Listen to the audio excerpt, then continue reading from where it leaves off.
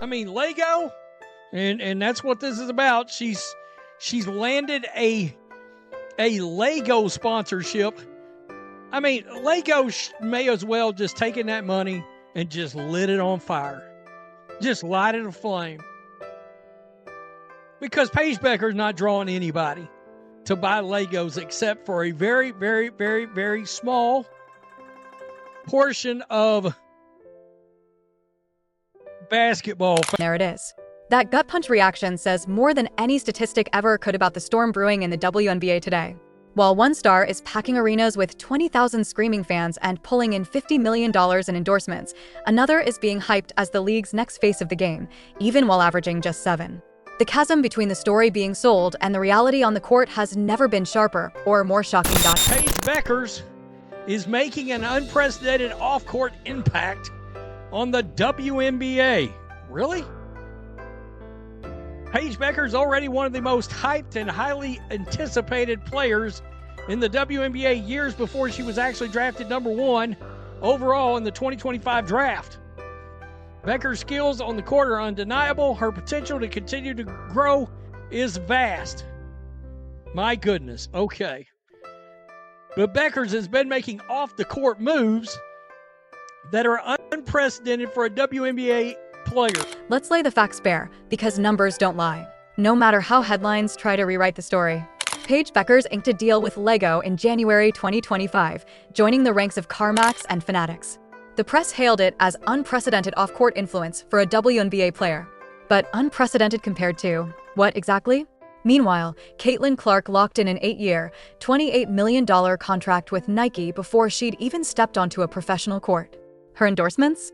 State Farm, Gatorade, Wilson, Xfinity. Unprecedented clearly isn't being used correctly.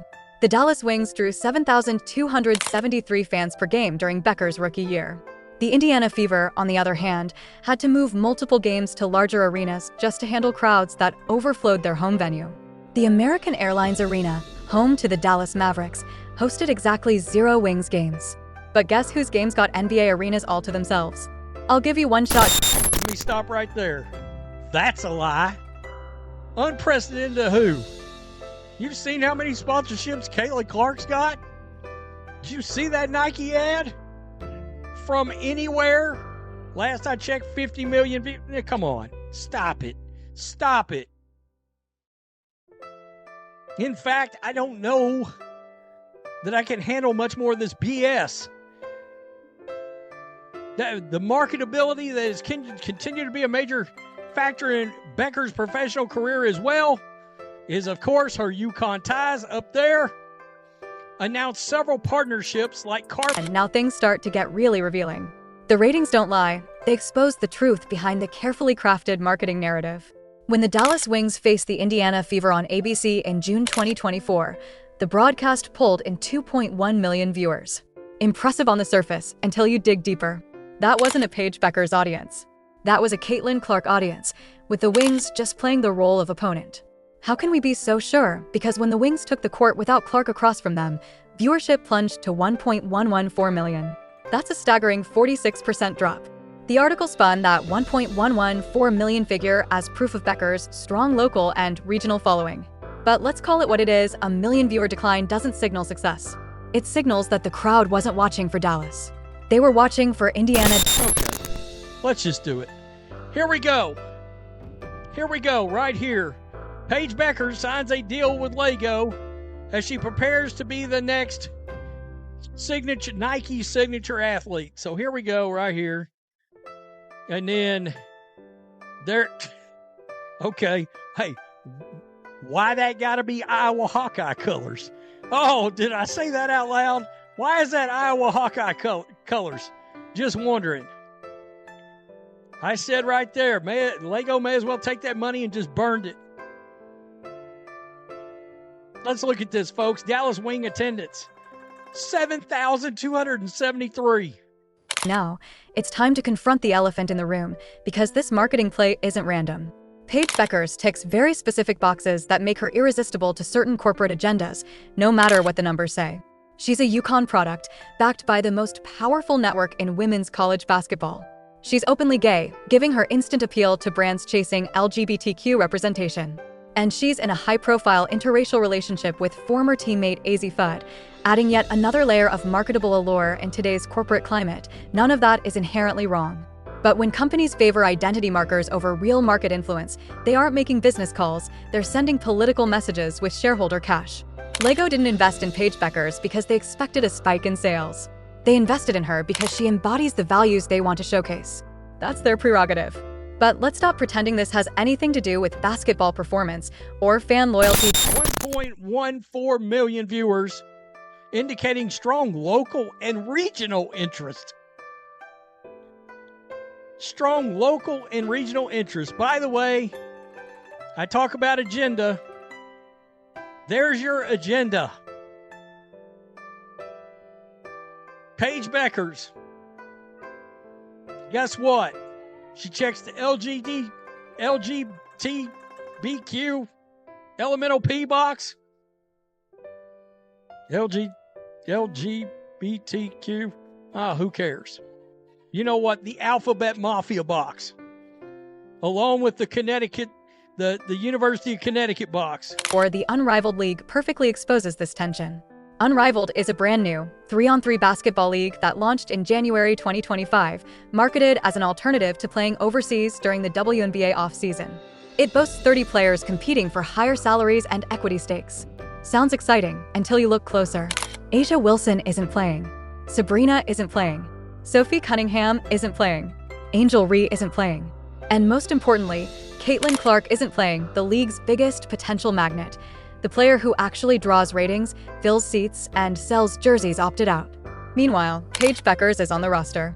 And somehow, that's meant to spark mainstream buzz? 2 days before tip-off, social media chatter about Unrivaled was nearly non-existent. Coverage in sports media was thin. The public barely noticed. Now imagine if Caitlin Clark had signed. Every headline, every tweet, every conversation in women's basketball would be dominated by her name. The difference is staggering. Former teammate. Think her name's Azzy Fudd? Oh, she's interracial on top of it. Oh, the wokes just literally exploded.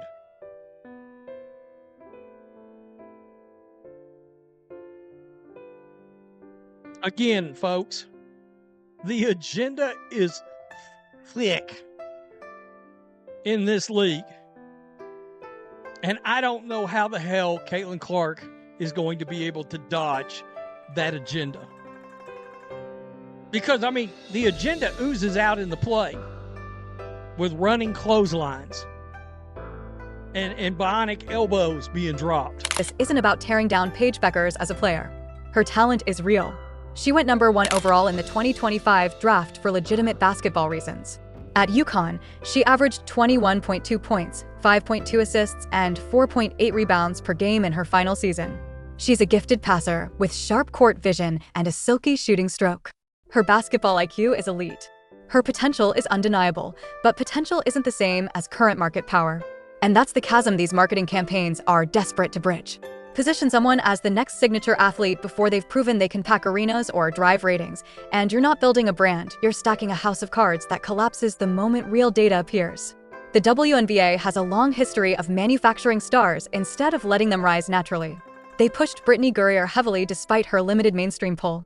They positioned Lena Delle Donne as a league face, even though casual fans couldn't recognize her on a court. Massive promotional resources were funneled into players who never delivered the returns the league needed, and then Caitlin Clark happened. Not because the WNBA tried to manufacture a star, but because she forced the world to notice through sheer talent and connection with fans. She averaged 27.4 points per game at Iowa, shattered the NCAA Division I scoring record with 3,951 career points, and carried 2 consecutive national championship games to record-breaking viewership.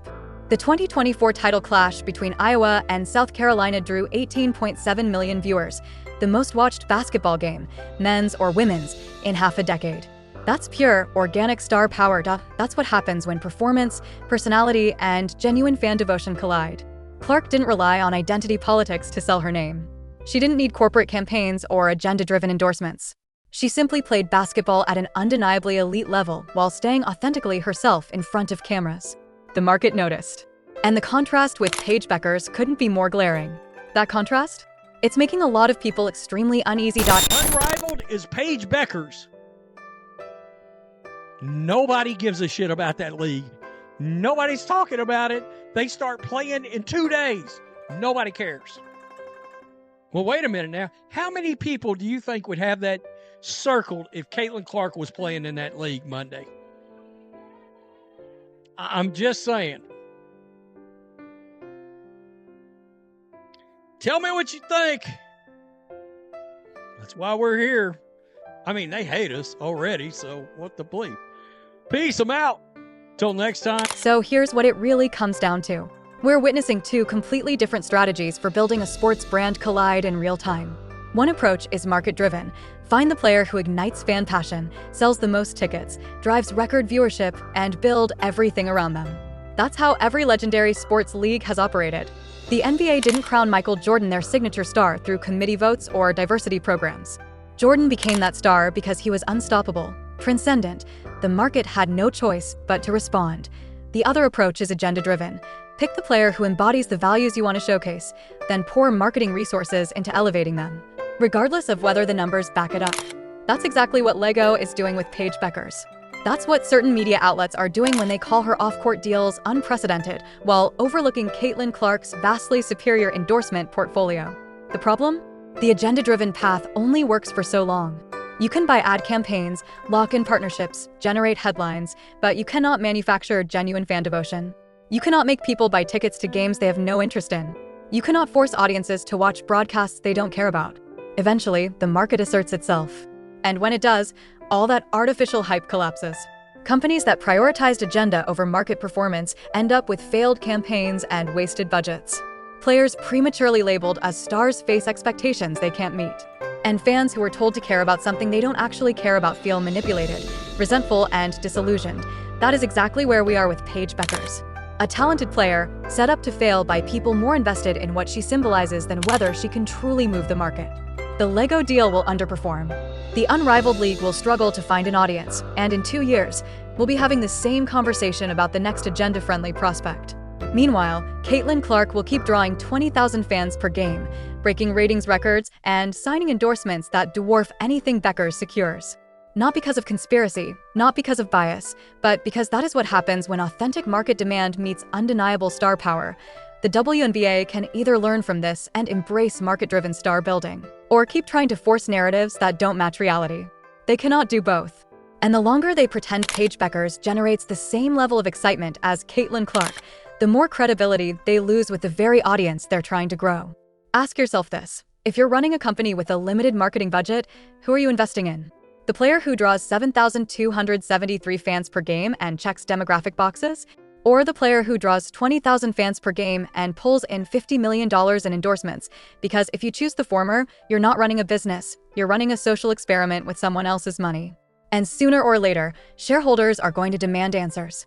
When that day comes, all the headlines calling Paige Bueckers unprecedented won't matter. The only question will be, did she move the needle? And right now, the data says she hasn't. That's not hate. That's not bias. That's reality.